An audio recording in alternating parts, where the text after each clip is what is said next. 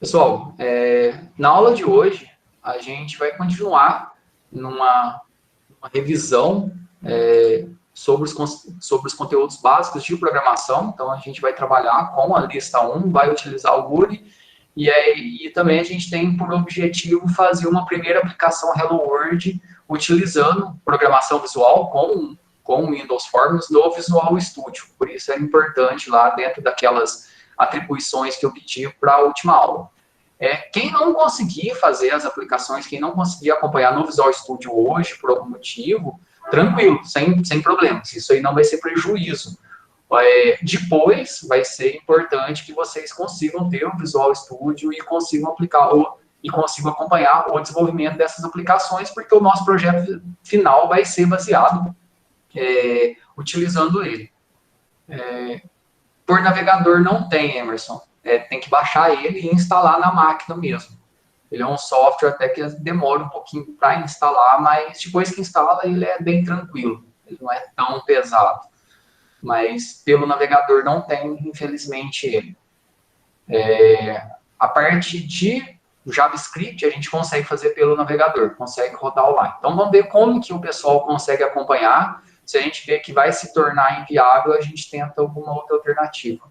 Que da forma, o que ele faz ali, dá para a gente fazer utilizando ele ou utilizando Java, mas tudo a gente depende de uma ideia, de um ambiente de desenvolvimento, como o Visual Studio ou o NetBeans. Matheus, ele é tipo baixar e instalar ou tem que tipo fazer igual Java, que você tem que pôr aquele JDK com o NetBeans? Não, é só baixar e instalar. Eu coloquei o link, é o Visual Studio Community, não Code. O Code é diferente. O Code é basicamente o editor de texto, é o Community. Mas tem que baixar e instalar.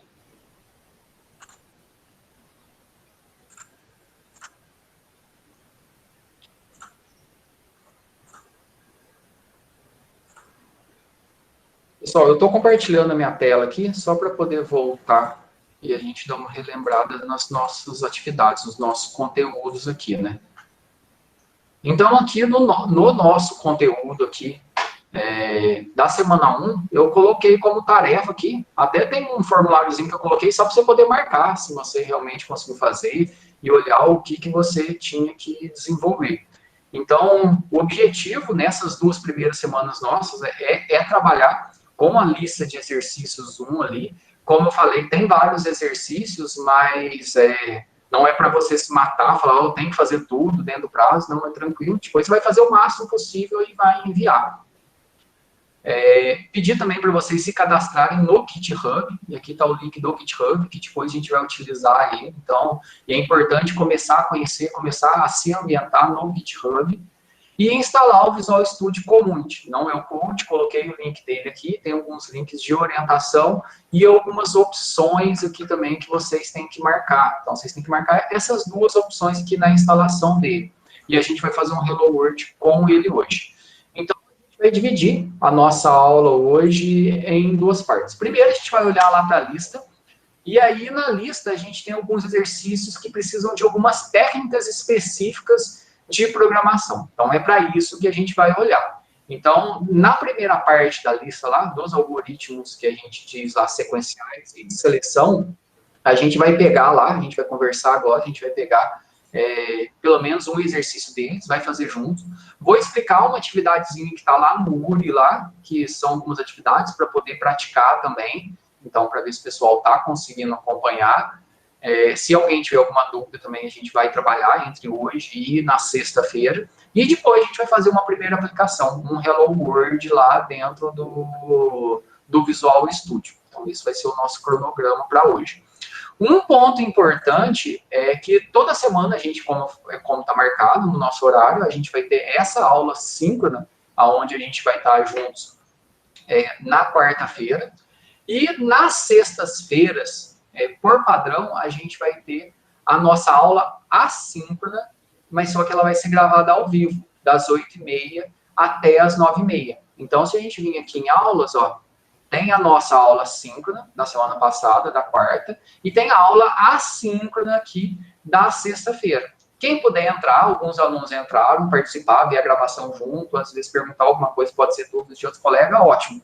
Quem não conseguir entrar, não conseguir acompanhar na sexta, você tem que assistir essa aula, preferencialmente até agora na quarta. Então, essa aula síncrona, ela acontece na sexta, então você vai ter sexta, tarde, final de semana, segunda, terça, para poder assistir ela. Por quê? Porque o conteúdo que a gente vai trabalhar sempre vai ser sequencial. Então, se você não assiste essa aula assíncrona aqui, você não vê o conteúdo dela, você pode perder alguma coisa ou não conseguir acompanhar o conteúdo da quarta. Então, a aula assíncrona você tem que assistir. Se ficar com alguma dúvida, tem a parte de comentário aqui, você pode vir comentar, postar alguma dúvida, ou você pode mandar lá no WhatsApp também, que eu ajudo lá a responder algum tipo de dúvida. E também a gente vai definir um monitor para a sala. Depois vou conversar com alguns alunos aqui, vou ver quem que pode ser monitor. E a gente vai definir um horário aí para o monitor ficar de plantão, pelo menos uma vez por semana, e também para poder sanar dúvidas durante a semana, certo? Então é importante assistir a aula síncrona que está aqui e sempre vai ser postado.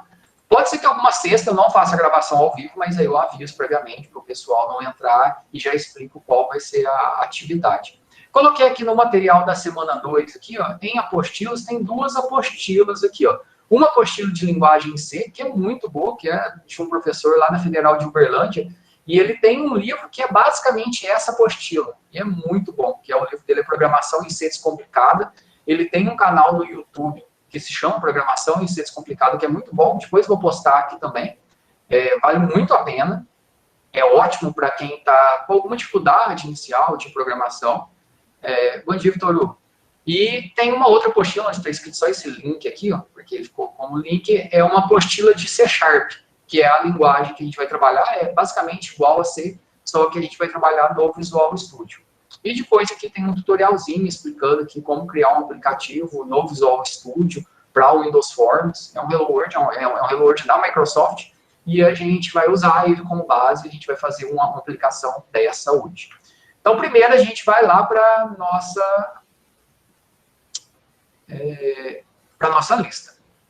E dentro da lista aqui,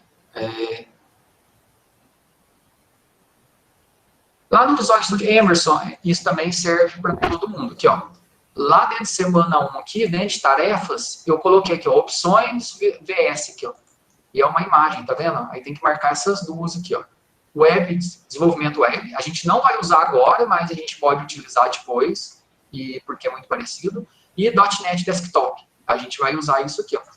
Desenvolvimento de aplicação desktop. A gente vai estar aqui dentro de um Windows Forms. Então, é só essas duas opções. Não precisa marcar o resto, não vai só pesar, né? Vai ficar muita coisa.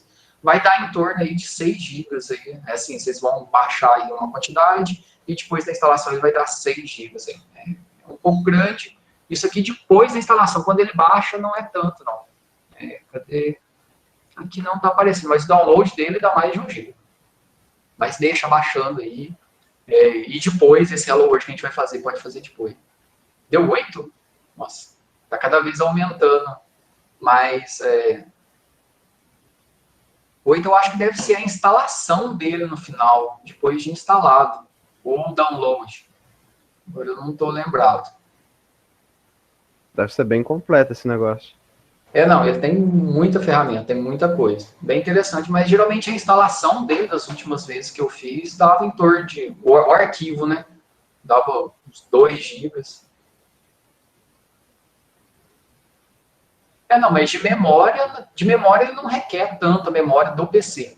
Armazenamento que ele vai precisar aí desses gigas aí para poder... De disco, né? Disco geralmente tem mais. Agora, a memória RAM ele não consome tanto. Você tem um PC aí com 4 GB de RAM, que é basicamente o padrão hoje, né? 4, alguns têm 8, dá para rodar tranquilo. Então, ele não é... Às vezes, ele demora um pouquinho para abrir, sabe? A primeira vez que você instala, a primeira vez que você vai abrir, às vezes vocês podem assustar um pouco.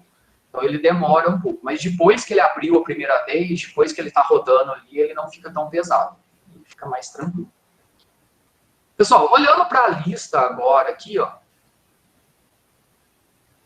Isso, demora e trava um pouco da primeira. Tem que esperar e ter paciência, deixa ele lá que depois dá certo. Pegando a lista aqui, ela está dividida em 2 partes aqui, ó. A gente tem a primeira parte, que é até o exercício 16, é programação sequencial e seleção. do 17 para frente é estrutura de repetição. E tem algoritmos aqui que utilizam técnicas diferentes. Então, a gente vai fazer 2 exercícios aqui. Um exercício a gente vai fazer porque a gente vai programar ele na sequência. A gente pode programar lá, ó, esse aqui para poder calcular o IMC. Então, esse aqui para poder calcular o IMC de uma pessoa e mostrar, a gente pode criar essa aplicação lá em C#, o exercício 14. E tem um exercício aqui que tem de números aleatórios, que ele é bem legal. E cadê? Acho que o números aleatórios está na outra parte.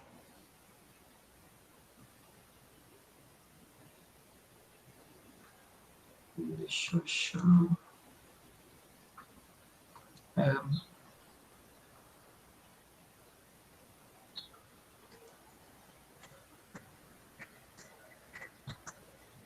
Ah, tá. O de números aleatórios, ele está na outra parte. Mas vamos fazer ele aqui. Vamos definir 2 exercícios. Então, vamos fazer esse de números aleatórios aqui, que ele envolve estrutura de repetição, que é o exercício 27. Depois, se tiver alguma dúvida, algum específico, vocês podem falar.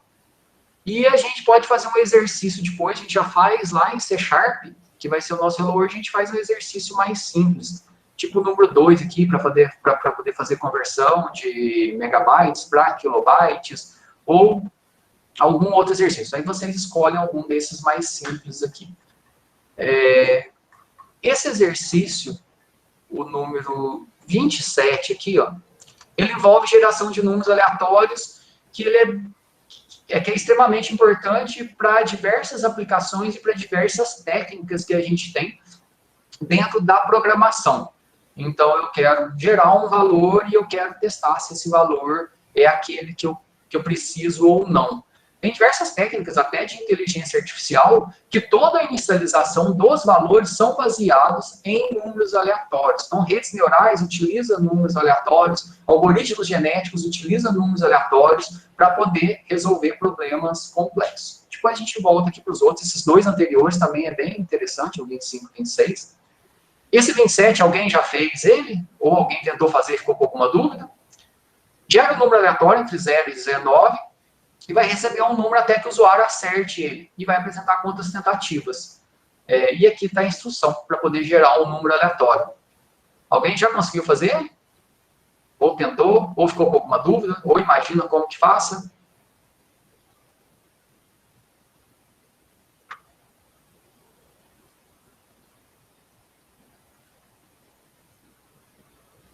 Não, beleza. A gente vai fazer ele aqui porque, como eu falei, é uma técnica bem interessante. Isso aí que eu queria falar. Assim, olhando ele, você consegue enxergar a solução dele, é uma técnica diferente, porque o principal objetivo, como eu falei, da disciplina é a gente passar por algumas técnicas. Então, na primeira disciplina de algoritmos é vocês aprenderem a programar, e agora sim a gente vai utilizar algumas técnicas diferentes. Então, técnica de gerar número aleatório, às vezes, cada linguagem vai ter a sua instrução, o seu código, mas a técnica vai ser sempre a mesma.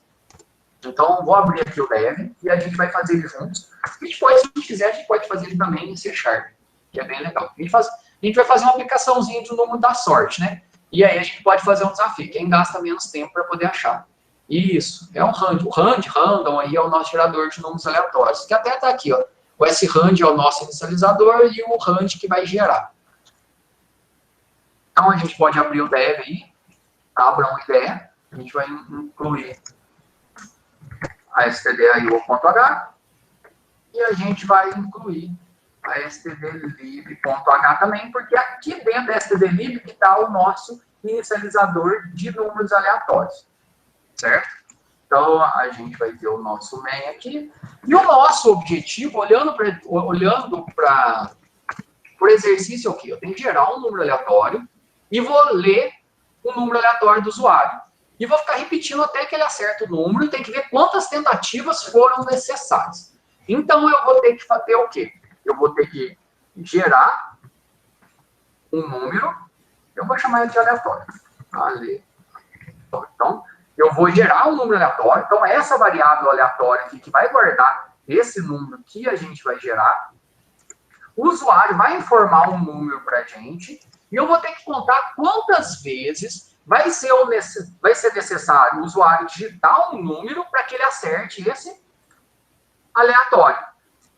Então, aqui a gente vai criar uma variável contadora, e se eu quero contar quantas vezes vai ser necessário, eu vou fazer essa variável contadora partindo de zero. Então, a primeira coisa que a gente vai fazer aqui é gerar um número aleatório.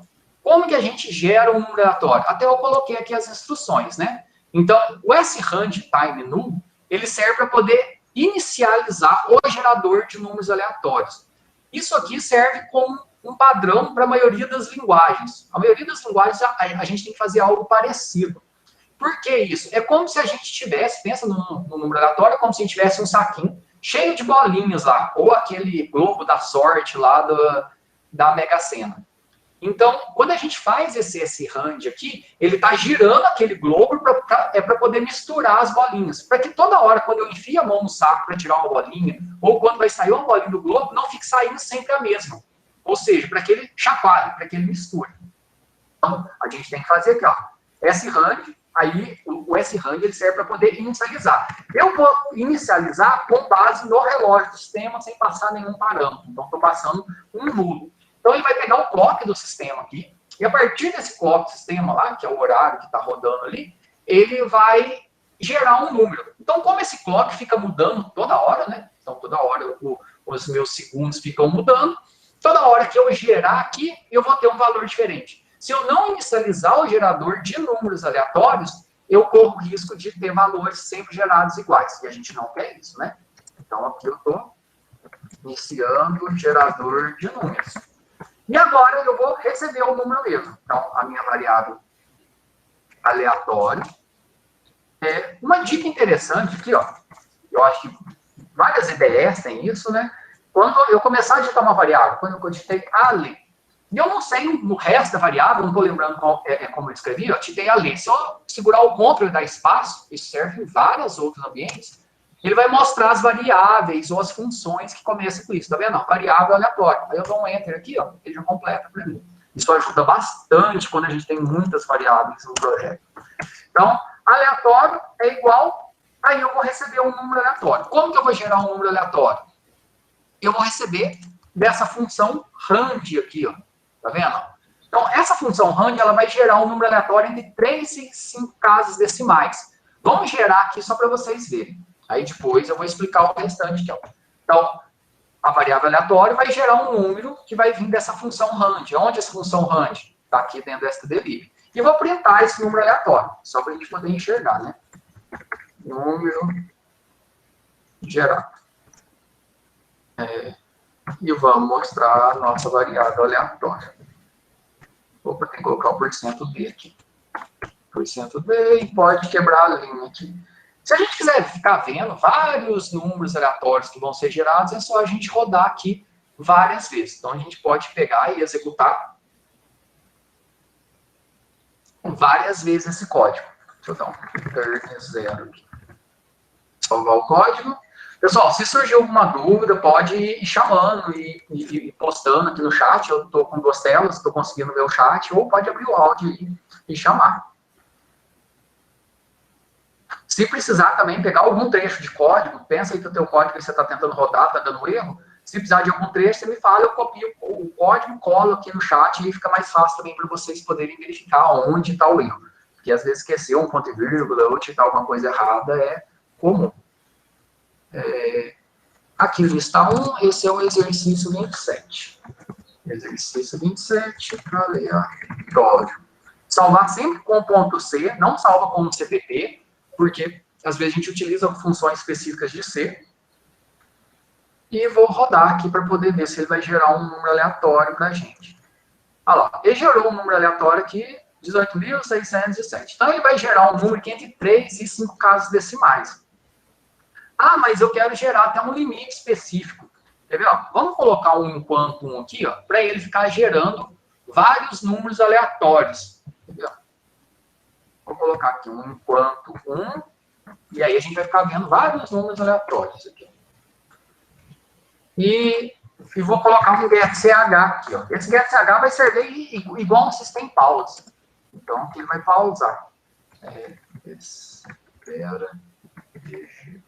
digitar uma tecla. Importante, se você for usar o GetCH, tem que estar salvo como .c. Tem que estar salvo como .c. Não pode estar como CDP, senão o GetCH não funciona, vai dar erro. Então, esse enquanto um aqui é só para isso aqui ficar rodando até eu fechar. Então, ele vai inicializar, vai gerar um número aqui, vai mostrar e vai dar uma pausa. E aí a gente vai conseguir ficar vendo alguns números aleatórios. 18816, 18826, 18833, 18836. Tá vendo? Ele fica gerando um número aqui. Ah, mas e se eu quiser? Esse número tem um limite, eu não quero um valor grande desse.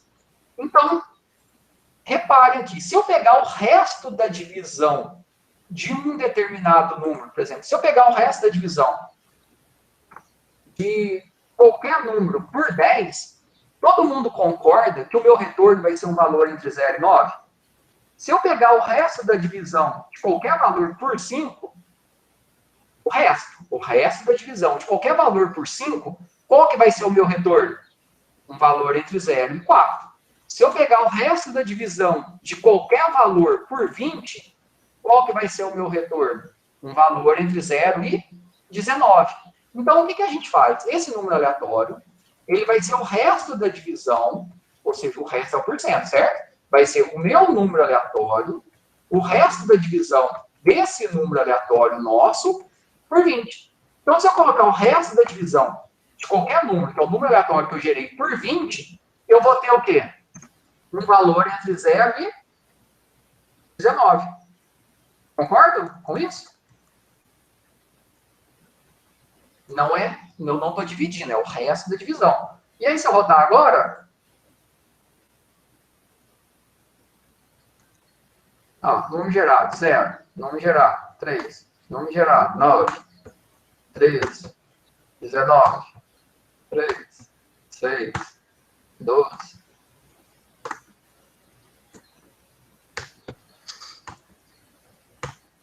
Estão vendo? Então, se eu pegar esse número que eu gerei, o range, está falando, esse aqui que eu marquei? O range, ele serve, ele é a função que gera um número. Só que ele gera um valor lá de 3 a 5 dígitos. Então, lá o meu estava gerando com 4 dígitos. Ah, aqui, não. Aqui a gente não coloca, porque o range aqui, você está vendo ali, ó, até na hora que você coloca, ele é um void, tá vendo? Ele não recebe nenhum parâmetro ali dentro. Ele não tem parâmetro. Void não tem parâmetro, tá vendo? Até quando você coloca ali, está o void em vermelho ali. Ele não recebe. Então, eu não falo o meu limite. Então, ele gera um número, e aí eu vou pegar o resto da divisão desse número que ele gerou por limite. Isso aqui é a forma de fazer em C. Outras linguagens, em Java, já é de outro jeito lá. Mas tudo vai ser uma função baseada em range. E aí eu tenho uma função range em Java que gera valores aleatórios entre 0 e 1. Eu tenho um range em Java que eu consigo falar qual que é o limite. Aí, se eu quiser gerar valores entre 10 e 20, o que eu faço, então? Eu posso colocar o quê? 10 mais o retorno aqui. Então, se eu colocar 10 mais, se o retorno disso aqui for 0, ele vai fazer 10 mais 0, vai gerar um aleatório de 10. Se o retorno disso aqui for 19, vai fazer 10 mais 19, vai dar 29. Então, desse jeito aqui, eu vou gerar valores entre 10 e 39. Quer ver? E aí eu consigo de limite inferior, superior também. Olha lá, 22, 28, 11, 18, 21, 28, 11. E aqui a gente está gerando valores aleatórios, entre 10 e 29. Entendeu? É desse jeito que eu consigo fazer um valor aleatório intervalar. O meu tá fechando assim que aperta qualquer tecla. Na hora que você aperta... Você colocou o enquanto 1 aqui, ó. Tá vendo que eu coloquei? É porque eu coloquei essa estrutura de repetição, só para poder testar, gerar vários. Se eu não colocar enquanto 1, ele vai gerar 1 e vai fechar. Aí tem que apertar 1 para fazer de novo? Não. Tá vendo que tá o getCH aqui? Uhum. Aí ele vai gerar, quer ver? Ó, tá enquanto 1. Então, enquanto eu não fechar, ele vai parar. ele vai gerar o número aleatório e printar. Porque SH é o que está fazendo ele piscar o cursor aqui, está parado. Eu dou Enter, ele vai dar o loop e vai rodar. Ele vai ficar nesse fluxo aqui. Ah, tá. Vou tentar aqui. Certo? Mas a gente vai tirar esse enquanto 1. Eu só coloquei isso aqui, ó, para vocês entenderem o processo de geração de número aleatório, que é algo novo, né? Algo diferente. Joia? E essa parte de número aleatório é bem legal. Dá pra gente fazer muita coisa com isso aqui. Pessoal, então eu vou tirar a parte do número aleatório e a gente vai voltar pro nosso problema. A gente vai focar no nosso problema. Quem quiser testar isso aqui, ó, vou copiar o main meu do jeito que tá aqui, ó. Eu colei o meu main aqui no chat. Igualzinho que tá aqui. Depois também eu posso ir lá na nossa sala de aula. Quem quiser testar isso aqui. Agora a gente vai lá pro nosso problema. A gente quer gerar um número aleatório de 0 a 19, já estamos conseguindo gerar, guardar ele. E a gente vai ler o número do usuário. E a gente vai ficar lendo o número do usuário até que ele acerte. Ah, então, vou fechar aqui, ó. Vou tirar esse enquanto 1 aqui. A gente vai precisar de um enquanto depois, né? E vamos voltar para o nosso problema. Gera um número aleatório. Logicamente, vou tirar esse SH aqui também. Não vou mostrar o número gerado, né? Por quê? Porque senão o usuário vai ver, né? Aí perde a graça do nosso joguinho. Aí agora, o que a gente vai ficar fazendo? Vai ficar lendo um número em formato de usuário, que vai ser esse aqui, até que esse número que ele digitar para a gente for igual a esse aleatório. Então, dá para enxergar claramente o quê? Eu vou entrar numa estrutura de repetição. Quantas vezes eu vou ficar dentro desse processo? Não sei. Por quê? Pode ser que o usuário acerte na primeira, pode ser que ele acerte na 10ª, pode ser que ele acerte na 20ª. Então, a gente vai entrar numa estrutura de repetição que ele vai repetir de forma indefinida. Ou seja, não é uma estrutura de repetição condicional. Eu não sei quando eu vou parar. Mas, o que eu sei? Que eu tenho que executar pelo menos uma vez. Então, a gente vai utilizar a instrução do while. Eu vou ficar repetindo até quando? Ou seja, desculpe, aqui a gente tem uma condição de parada. Não é determinada a quantidade de vezes. É uma estrutura de repetição indeterminada, mas ela é condicional. Só corrigindo. Então, é uma estrutura de repetição condicional. Quando que eu vou parar de repetir? Eu vou parar de repetir quando o usuário acertar. Não é isso? Então, qual que vai ser o meu teste aqui? Vou ficar repetindo enquanto o número que o usuário digitou para mim for diferente. Ou seja, exclamação igual, for diferente de quem? Do valor aleatório. Então, enquanto, vou ficar repetindo. Enquanto o número que o usuário digitou para mim for diferente do aleatório. O que eu vou fazer dentro da estrutura de repetição? Vou pegar e vou ler o número. Então, printf, número da sorte. E vamos pedir o número da sorte para o usuário. scanf, %d, vírgula, e comercial, número. Cada número que a gente lê aqui, o que a gente vai fazer? Vou incrementar o meu contador. Ponte mais. Então, li um número. Vamos pensar que o valor aleatório que a gente gerou foi 10. Li o número, o usuário digitou 10. Conte mais 1. Quer dizer que ele fez uma tentativa. O número é diferente do aleatório? Não, o número vai ser igual. Aí ele vai sair. E aí, quando ele sair, o que a gente vai falar? Foram necessárias % de tentativas. E quem que vai ter essa quantidade de tentativas que foram necessárias? Vai ser a minha variável fonte. Então, só mais uma vez aqui, o que a gente vai fazer? Vamos gerar um número aleatório que a gente já entendeu. A gente vai ficar dentro de uma estrutura de repetição repetindo. O que a gente vai repetir? A leitura de um número. E, cada vez que eu ler um número, é uma tentativa do usuário. Vou incrementar o meu contador de tentativas. Ele começa de 0, toda vez que ele digitar um número, incrementa. E eu vou ficar fazendo o usuário ficar digitando um número até quando? Até que, enquanto esse número for diferente do aleatório. E aí a gente pode colocar um printf aqui também, ó.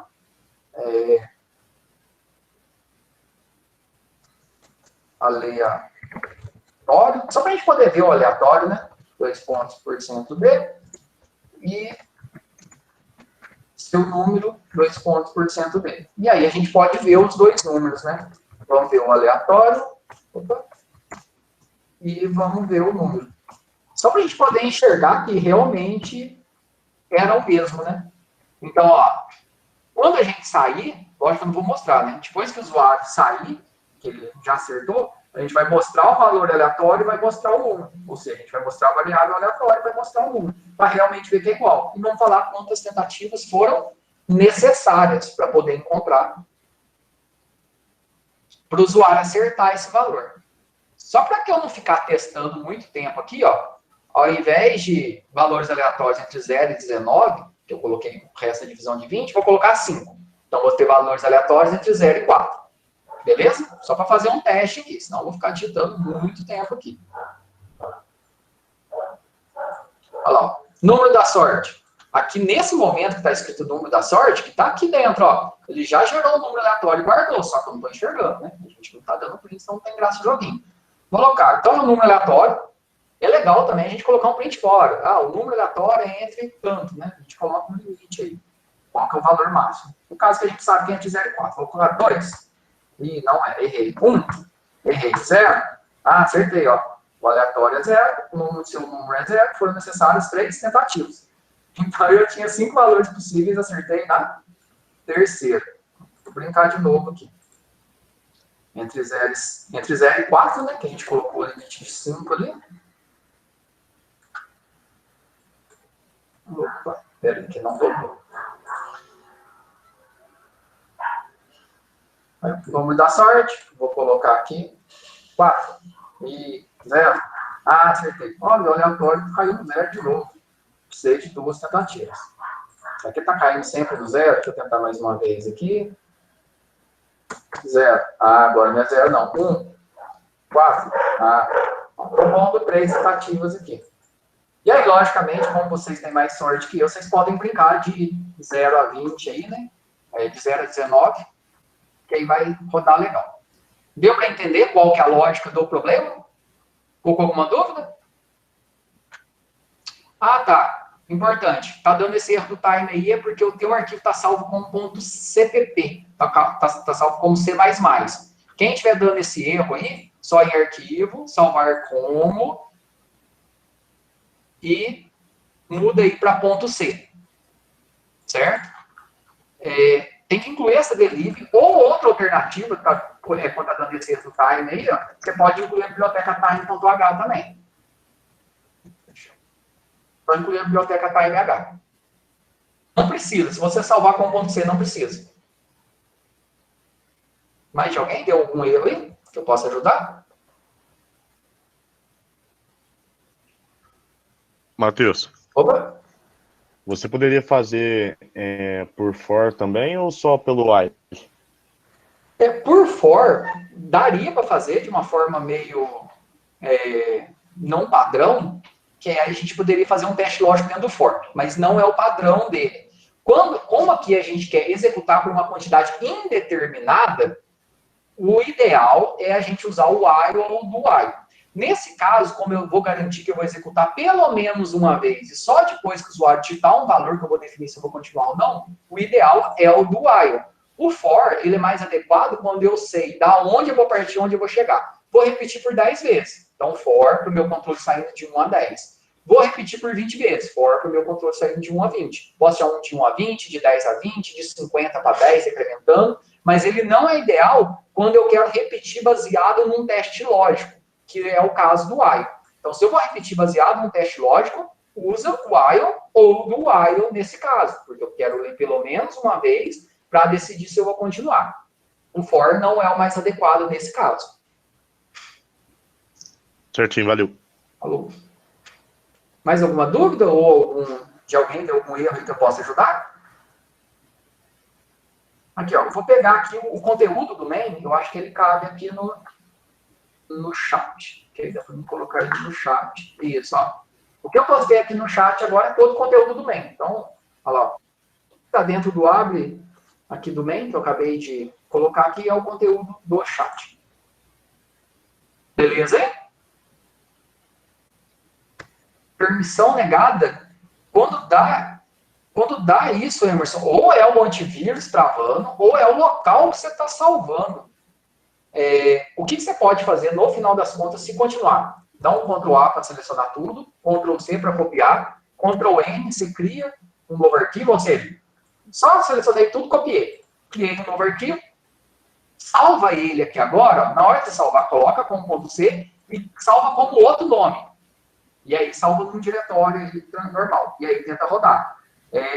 Essa questão de permissão negada ou está relacionado... outra coisa, você já pode estar com ele rodando. Isso acontece muito isso aqui, ó. Eu já estou com ele rodando, tá vendo que ele já está com o exe aqui, ó, embaixo. Aí eu tento rodar ele de novo. Algumas vezes, ó, tá vendo? Ó, meu tá dando permissão negada. Por quê? Porque já está rodando. Aí você tem que fechar aqui, o que já está rodando, e aí você tenta de novo. Geralmente são essas coisas. O mais comum é esse, ele já está rodando. Era ele, já estava rodando. Permissão negada acontece muito na escola, porque lá nos computadores, lá, alguns diretórios você não pode gerar exe. E aí na hora que você tenta rodar, que ele tenta gerar o exe, dá erro. Mas agora eu lembrei dessa parte do rodando também. Mais alguém aí? Deu algum erro? Aí o que a gente vai fazer agora? Quem tiver com o Visual Studio instalado, acompanhe, já abra um Visual Studio aí. Quem não tiver, não se preocupe, acompanhe aqui. Ó, acertou da segunda de 20, então tá gastando a sorte. Joga Sim.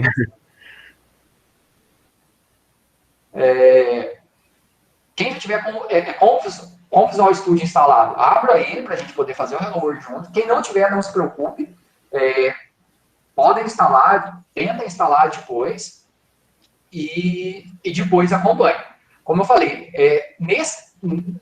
nessas primeiras atividades com o Visual Studio não é essencial para que você consiga desenvolver. Você pode fazer em C sem problema nenhum. Mas depois, um pouco mais adiante, a gente vai precisar sim do Visual Studio para poder fazer uns projetos. Então, aí se preocupe em começar a tentar para poder organizar isso. 92 tentativas de 0 a 20, olha, você ficou tentando a mesma. Pessoal, eu vou abrir o meu Visual Studio aqui. É o Visual Studio Comum de 2019, que a gente vai utilizar.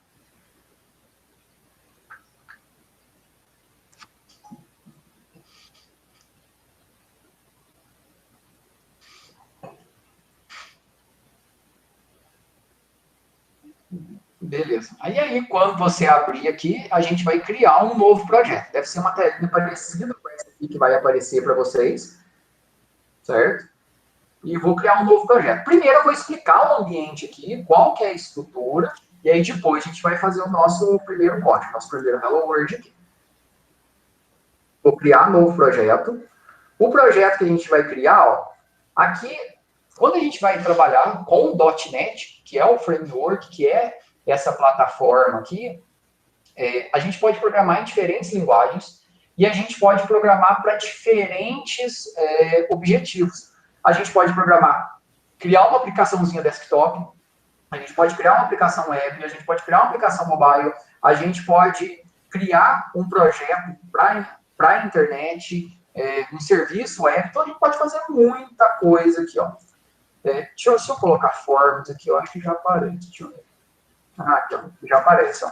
Quando a gente vai criar um novo projeto, aqui aparece essa telinha de busca. Se eu digitar Forms aqui, ó, aparece, ó, Windows Forms app, .NET Framework. Não coloca .NET Core aqui, porque ele muda um pouco a estrutura. Então, é .NET Framework. É esse aqui que a gente vai selecionar. Então, voltando aqui, vou fechar, vou abrir de novo, ó. Opa, não é o code que eu quero. Abriu errado. Visual Studio 2019. Deixa eu fechar o code aqui. Eu estava usando ele para outro projeto.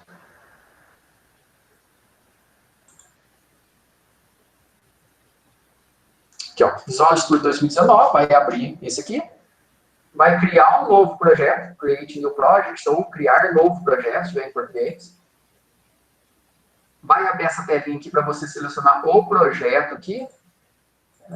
Aqui, ó, em plataformas, todas as plataformas, acho que selecionar o Windows ele já vai dar aqui. Não, mas vai aparecer muita coisa também. Pode deixar tudo aqui. Aqui nessa parte Search, se você digitar Forms, É o primeiro que aparece, ó, Windows Forms app, .NET Framework. HTML não é difícil não, Emerson. Na verdade, você tem que entender a estrutura básica e depois você vai montando blocos. E aí você vai estruturando ele. Não é difícil.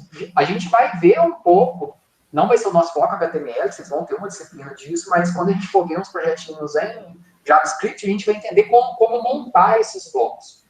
É bem tranquilo, assim. O HTML é fácil. Depois, quando começa a juntar muita coisa, logicamente, você tem que entender o que está acontecendo. Aqui, ó. Então, Windows Forms app, selecionei aqui, .NET Framework, isso é importante. Tá vendo? A gente vai programar para desktop, usando C#. Isso aqui é importante também, ó, com C#. Porque, às vezes, tem outra linguagem instalada, como VB. Então, Next. Agora, vai perguntar qual que é o nome aqui do nosso projeto. Vou chamar ele aqui. Vamos ver aqui na lista de exercícios qual que a gente faz. Vamos pegar um mais simples aqui para servir como Hello World. Vamos fazer esse aqui, ó, para poder fazer a conversão. Vamos fazer o número 1.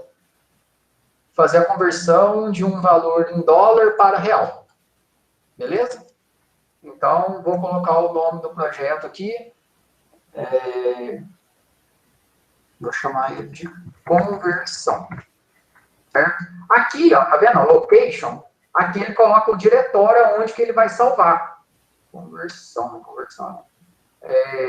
Você pode mudar esse diretório, você pode criar uma pastinha projetos aí dentro dos meus documentos. Por padrão, ele cria lá na pasta do usuário, né, seu, aí tem source e repositório aí. Ou você pode mudar. Eu gosto de salvar dentro de uma pasta de projetos que eu tenho. Então, eu vou lá na minha pastinha de projetos aqui e salvo dentro dela. Aqui já tem alguns projetos que eu fiz, mas eu gosto de salvar dentro dos meus documentos. Eu tenho a minha pasta de projetos aqui. E aí eu vou salvar dentro. Então, ele chama conversão que eu salvo lá dentro. O nome do meu projeto aqui, o framework é o .NET Framework 4.2, e vou dar um create aqui.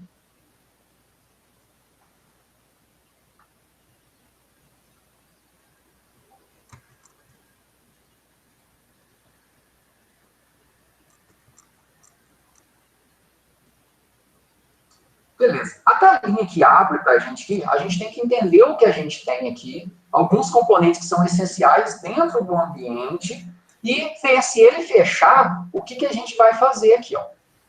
Ele abre de cara aqui com esse form para a gente aqui. Se ele não abrir, ó, às vezes aparece assim para você, ó.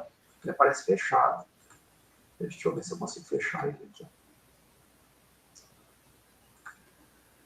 Às vezes ele aparece assim. Ele aparece só desse jeito aqui, e aí você não enxerga. E aí a gente tem o nosso Solution Explorer aqui, ou explorador de soluções, que ele aparece geralmente no canto direito. Se não estiver aparecendo para alguém, ó, pode ser que o explorador de soluções não está aparecendo. Ó. Aqui, ele não apareceu. E aí você vai vir em View ou Visualizar, e aí vai ter lá Solution Explorer, ou explorador de soluções, que é Ctrl+Alt+L. E aí ele aparece aqui.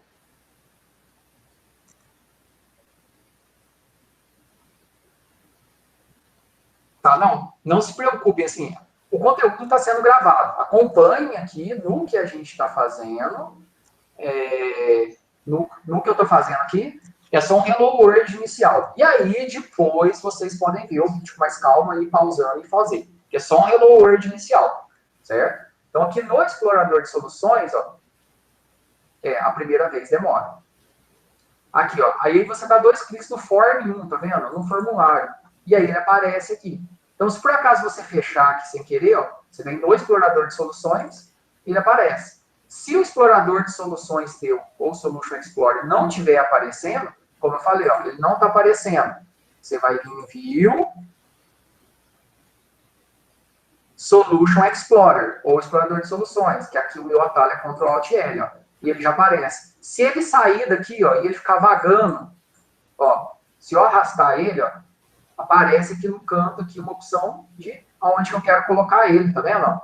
Quero colocar ele na parte superior. E outra barra aqui que é essencial a gente ter, ó, é essa barra aqui de baixo, ó, a de propriedades.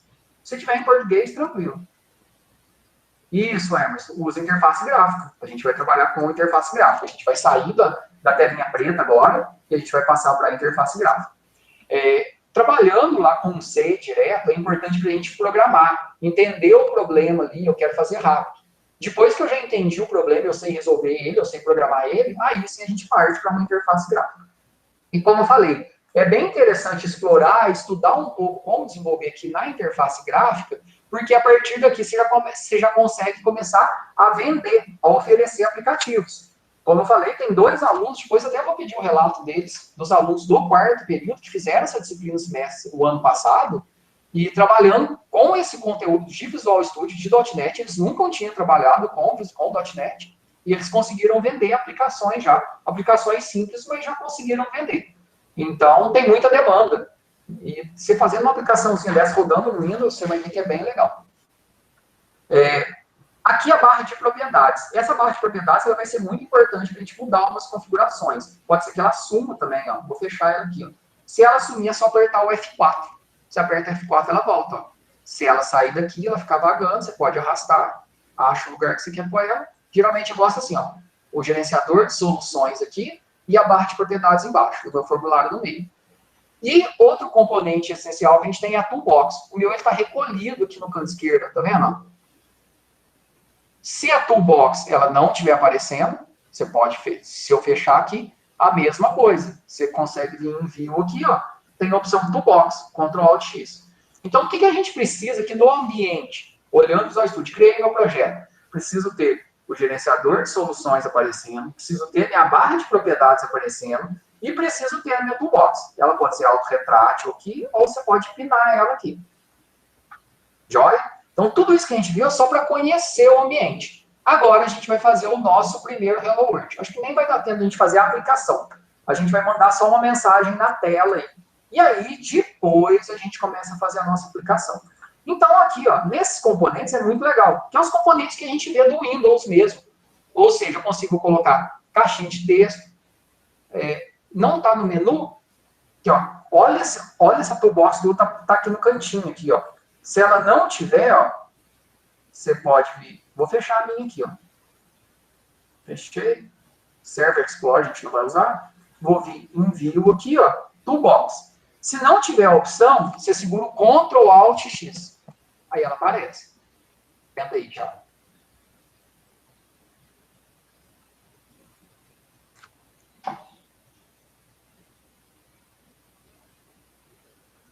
Beleza. Marcos, vai aparecendo, aí você vai conseguindo organizar tudo. Você pode ir fechando o que não precisar. O que a gente precisa? Do gerenciador de soluções, da barra de propriedades e da toolbox. E o teu formulário vai aparecer aqui. E a gente vai entender como tudo isso se organiza. Então, não precisa se preocupar nesse primeiro momento. Aqui a gente está para conhecer. E como eu falei, tem muito conteúdo também, dá para você poder explorar conteúdos complementares para poder entender melhor. Esse é um primeiro contato. O legal aqui, ó, é que a gente consegue ver que tem todos os componentes para a gente programar no Windows mesmo. Primeiro a gente vai criar uma aplicaçãozinha feinha aqui. Então, a primeira coisa, a gente vai colocar um label aqui e vai entender como mudar. E uma caixinha de texto. Não vamos colocar só uma caixa de texto agora. A caixa de texto é um text box. Então, se eu digitar aqui em cima, ó, na toolbox tem a parte de busca aqui, ó. Se eu digitar text aqui, ó, já aparece um text box. Ou, se você quiser, você pode procurar aqui, ó. Você vai procurar o teu text box até você achar ele, que vai ser a nossa caixa de texto, ó. Clico, seguro e arrasto. É o drag and drop, tá vendo? Eu já tenho uma caixinha de texto aqui, ó. Então, você tem que achar o text box, clica, arrasta e puxa ele para cá. Conseguiram fazer isso aí?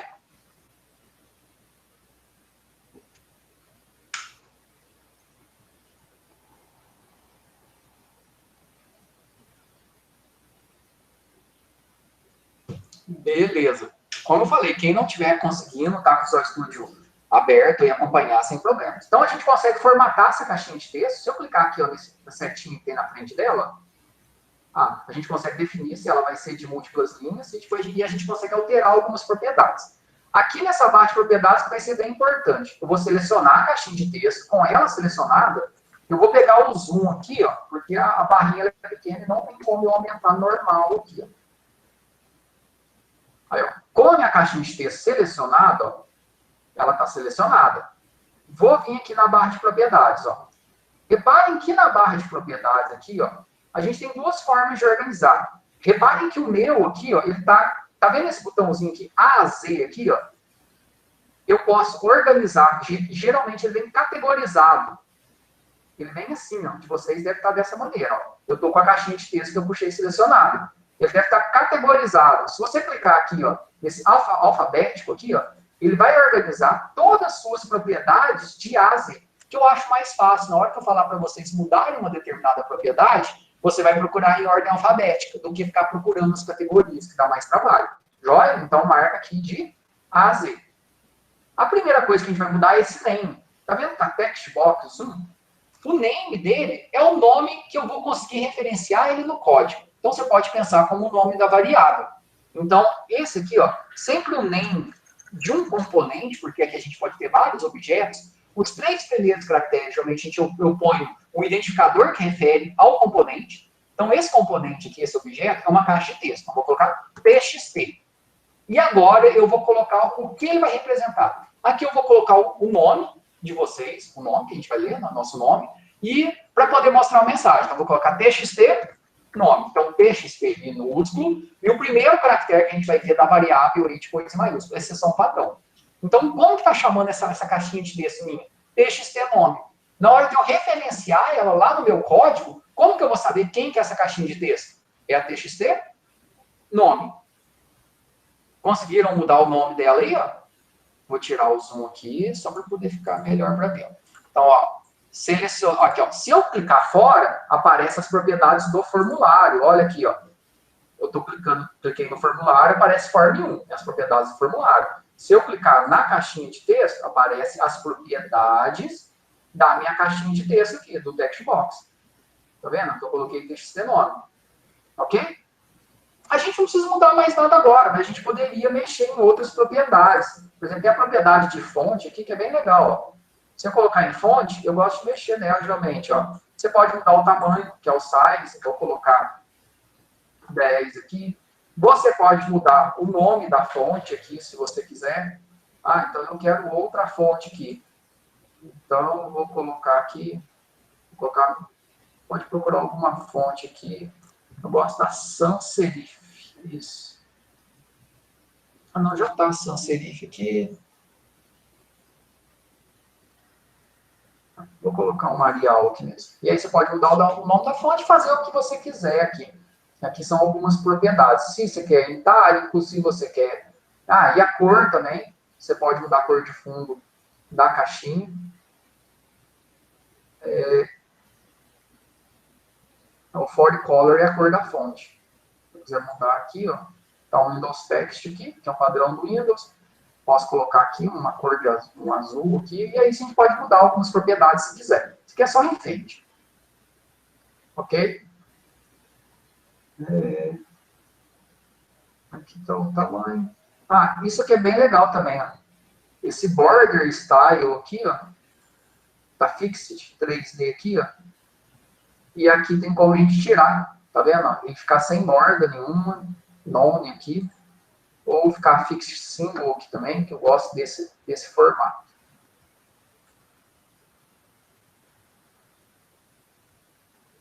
E aí a gente tem a nossa caixa de texto. Aí o que a gente vai querer fazer? Ler algo que está nessa caixa de texto, e quando eu clicar no botão eu vou mostrar uma mensagem.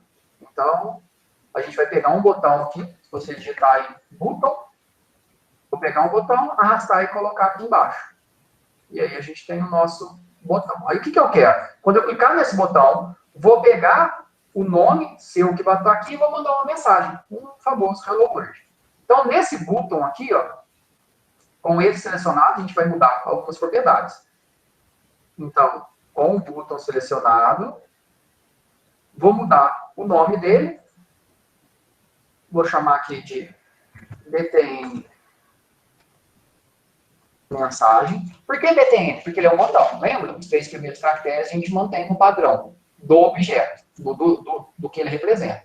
E a mensagem. Eu mudei o nome dele, mas não mudou o texto, continua o botão 1. Por quê? Esse texto aqui, ó, é a propriedade text dele. Então, se eu descer aqui, ó, a propriedade text é o que está aparecendo nele aqui, ó. Então, eu vou mudar aqui, ó, de botão 1 para mensagem. Olha lá, tá vendo? E já mudou para mensagem. E aí você pode fazer a mesma coisa, mudar a fonte dele, tá vendo? Fonte. Você pode mudar algumas propriedades aqui, ó. O tamanho da fonte, vou colocar 12. Já ficou maior. A cor dele, eu posso mudar a cor. Vou colocar um tom de branco aqui, tá vendo? Já ficou branco. O tipo da fonte aqui,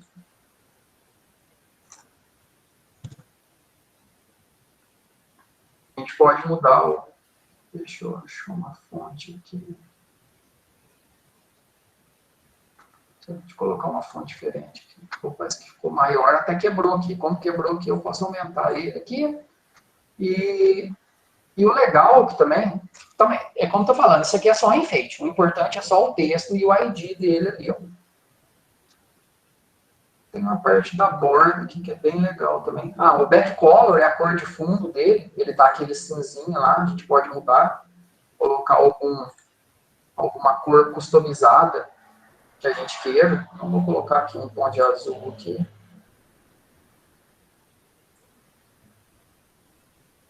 Ó, tá vendo? E a gente já consegue aqui. Então, o que a gente fez de importante aqui? Alterou o name dele, que é BTN mensagem, e a gente alterou o text dele, que é esse mensagem que a gente está vendo aqui, ó, que é o que está aparecendo. O resto da fonte, a cor, é só enfeite. Aí vocês podem explorar as propriedades.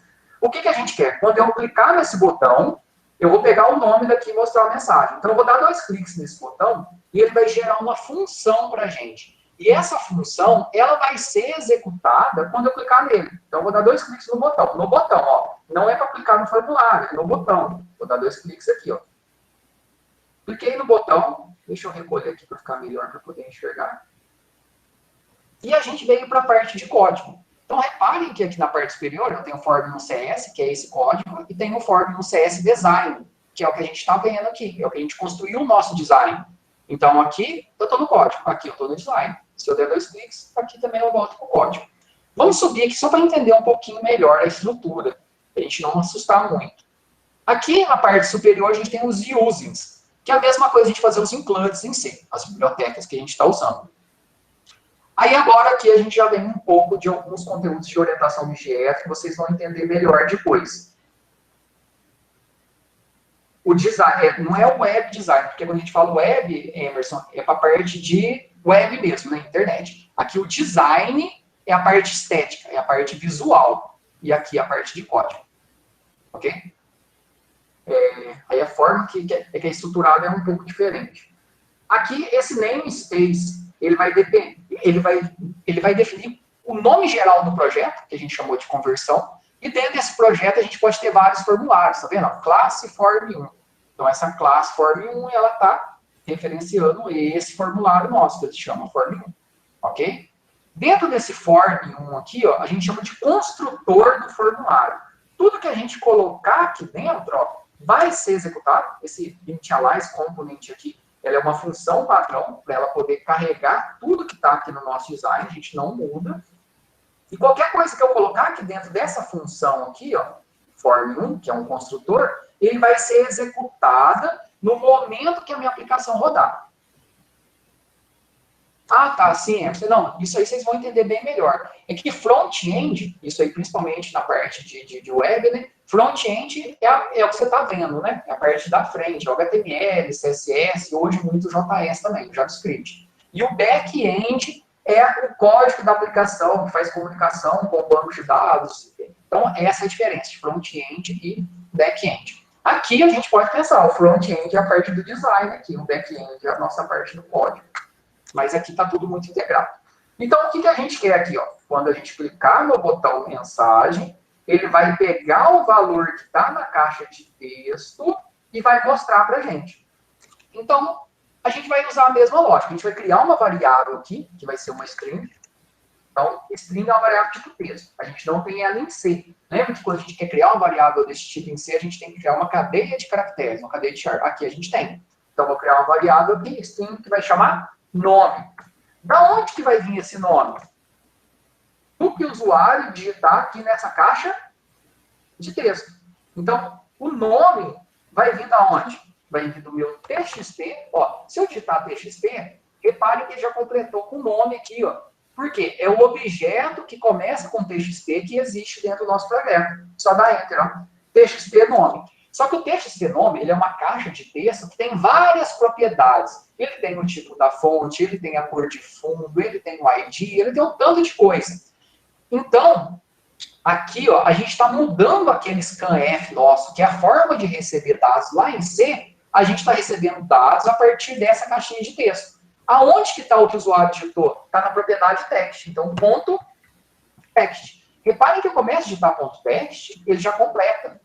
E o text aqui é maiúsculo. Isso é muito importante. Se eu colocar text minúsculo, ele vai dar erro. Então, eu criei uma variável nome. Da onde que vai vir o nome dela? Vai vir da caixa de texto que está lá na propriedade text, porque a propriedade text é o que o usuário digitou. E agora, o que a gente quer fazer? Quer mostrar uma mensagem com esse nome, que a gente foi lá e pegou na caixa de texto do usuário. E aí, a gente vai usar uma funçãozinha que já tem aqui dentro do C#. Message, box, só digitar, ponto, show, abre parênteses, e aí você vai colocar a mensagem.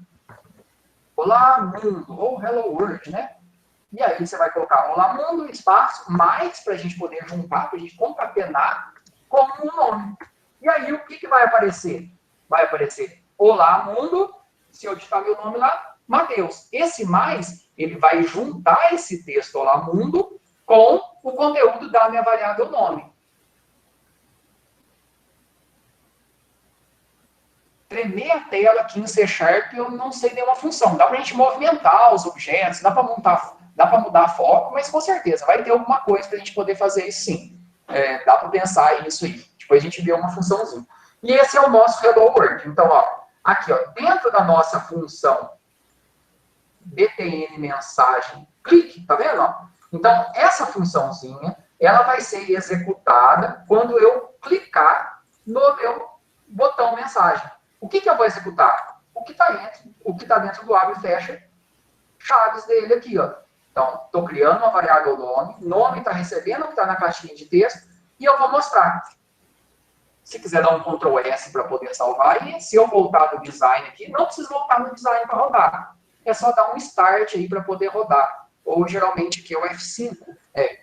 Ou F5 aí ele vai rodar. Então, ou só clicar no start, no sinalzinho de play aí, rodar, ou apertar o F5. Aí ele vai compilar, demora um pouquinho para ele estruturar aqui, e a minha aplicação está rodando, ó. Tá vendo aqui? Isso aqui, ó, é uma aplicação Windows. A indentação de forma automática ele não faz aqui. Você tem que dar nos tabs também. Tem umas opções ali no Edit, um Alt-Dent ali. Aí, e dá para instalar umas extensões também. Então, se eu colocar então, Matheus, lembra que eu mudei? Ah, por que o teu tá azul? Eu mudei nas propriedades, ó, mensagem. Olha lá, olá, mundo, Matheus. Então, a gente foi, pegou o valor que está na caixa de texto, passou para essa função message box show aqui e mostrou. Fecha. Importante, se der algum erro, ele vai mostrar aqui, ó. Por exemplo, se eu errei alguma coisa, ó, ao invés do ponto text aqui eu ter colocado maiúsculo, eu coloquei minúsculo. Aí, olha lá, tá vendo que ele já marcou de vermelho aqui, ó? Ele tá falando que o text box não contém a definição de text. Então ele já tá dando erro. Se eu tentar rodar aqui, ó, ele vai me dar um erro aqui. Falar, ó, você quer rodar mesmo assim? Não, né? Não quero rodar. Porque tá com erro. E aí ele vai mostrar qual o erro que foi. Então eu vou arrumar aqui. E aí eu consigo rodar normal. Eu vou colocar só esse trechinho de código que está dentro do clique do botão aqui. Eu vou salvar aqui. Que erro que deu? Quem falou? O Igor. Que erro que deu você, o Igor? Se você quiser mandar aqui.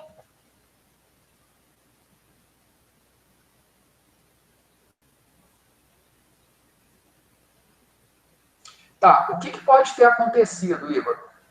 Você não mudou o nome aqui, ó. Na hora que você seleciona o botão, você não mudou o name dele aqui, ó. Às vezes o name dele não está btn mensagem. Deixa eu ver aqui. Às vezes o name dele não está btn mensagem. Ou você já tinha dado 2 cliques no botão antes de mudar o name. E aí ele ficou botão 1 clique. Mas não tem problema, ó. Se você vier no botão, dá 2 cliques e ele aparecer na função, mesmo por mais que aqui tá botão um clique, não tem problema. Só que para aparecer você tem que vir, dar 2 cliques e ele vai gerar a função aqui, nosso método. Isso, aqui, ó. Quando você está na parte gráfica, você dá 2 cliques no botão, aí ele já gera essa função. Só que, logicamente, vai estar sem o código, né? Aí, o que eu quero fazer quando eu clicar? Estou criando uma variável, pegando o valor que está na caixa de texto e mostrando ela.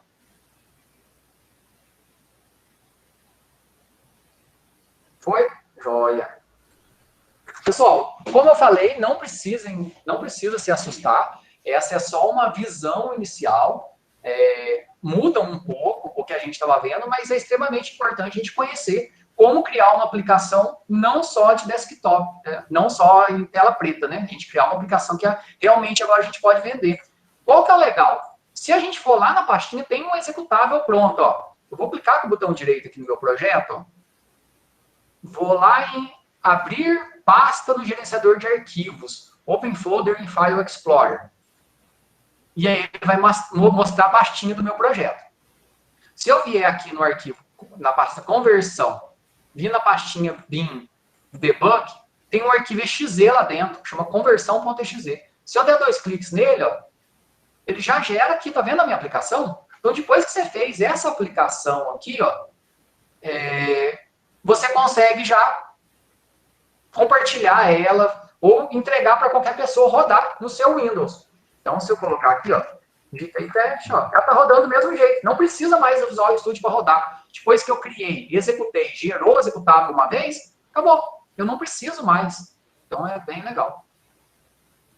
Marcos, infelizmente não tem outra IDE que consiga fazer da forma que o Visual Studio faz. A gente vai ter que usar o Visual Studio mesmo. Existem outras ideias, poderia usar o Visual Studio Code. Mas todo esse trabalho, tá vendo aqui que a gente pegou uma caixinha de texto, arrumou e colocou, que a gente pegou um botãozinho, pegou e puxou aqui, tudo isso aqui a gente só puxou e arrastou. Viu quanto é fácil? Quanto tempo a gente gastou para fazer isso? Segundos. Se a gente fosse fazer isso em outra aplicação, aqui, ó, eu vou no Form Design para você ver o código.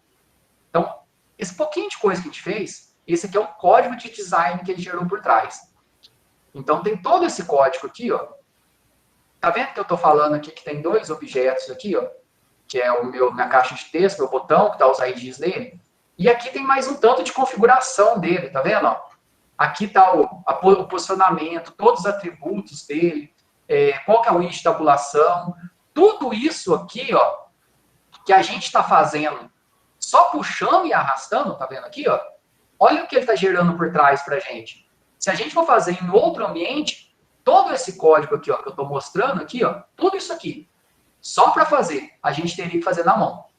Então, infelizmente, a melhor aplicação realmente é ele. Alan, não tem para celular. A gente não consegue trabalhar com o celular. Precisa de um PC realmente. Mas, como eu falei, não precisa se apavorar. Se alguém, por algum motivo, não está sem computador, não consegue acompanhar, é importante, depois, na hora que conseguir acesso a um computador, tentar fazer, tentar praticar, e aí a gente pode tentar uma solução alternativa, principalmente para a parte final do projeto, para quem não tiver acesso. Para quem não conseguir, estou sem um computador, aí a gente pensa alguma coisa usando só JavaScript. Mas é muito importante, muito interessante tentar, sim, instalar, tentar utilizar, porque o poder dele, o que a gente consegue fazer é bem legal. Tiago, sobre o que você perguntou aí, aonde que fica? Aqui, no Solution Explorer, aí se você clicar no projeto, clica com o botão direito nele, e aí você vai lá abrir a pasta no gerenciador de arquivos, joia? Aí depois que você abre aqui, ó, você vai ver que ele vai ter a pastinha com o nome do projeto, aí depois você vai na pastinha bin e na pasta debug. Aí aqui você vai ter o arquivo .exe. Tá vendo? Aí tudo que você faz aqui, ó, isso aqui, ó, você já pode mandar para qualquer pessoa. Joia?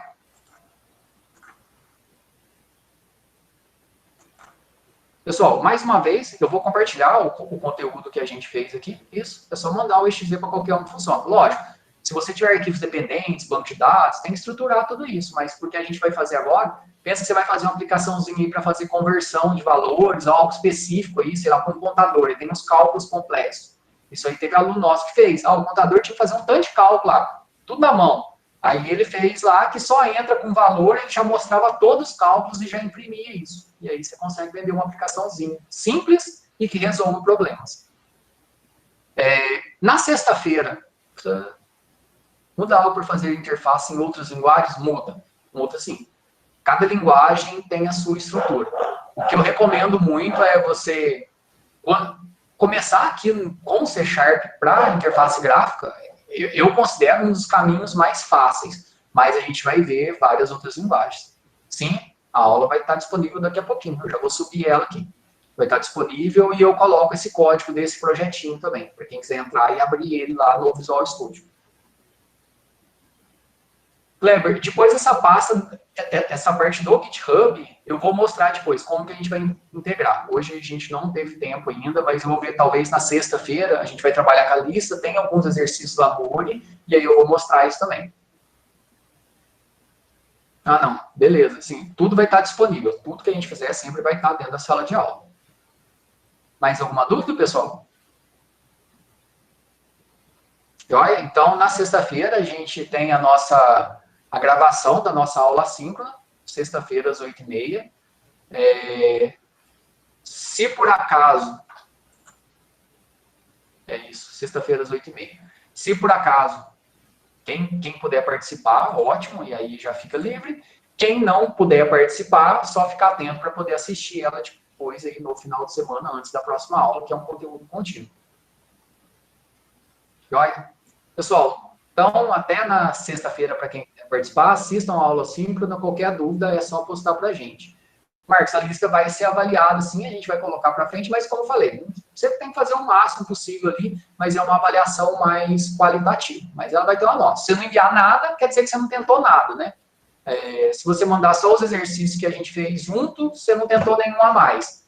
E aí, a ideia é que você tente fazer o máximo possível. Joia. Como eu falei, não precisa preocupar, não dei conta, 3 não consegui fazer, tranquilo.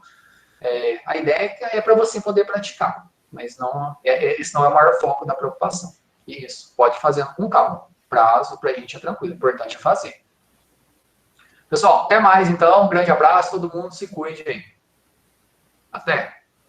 Bom dia.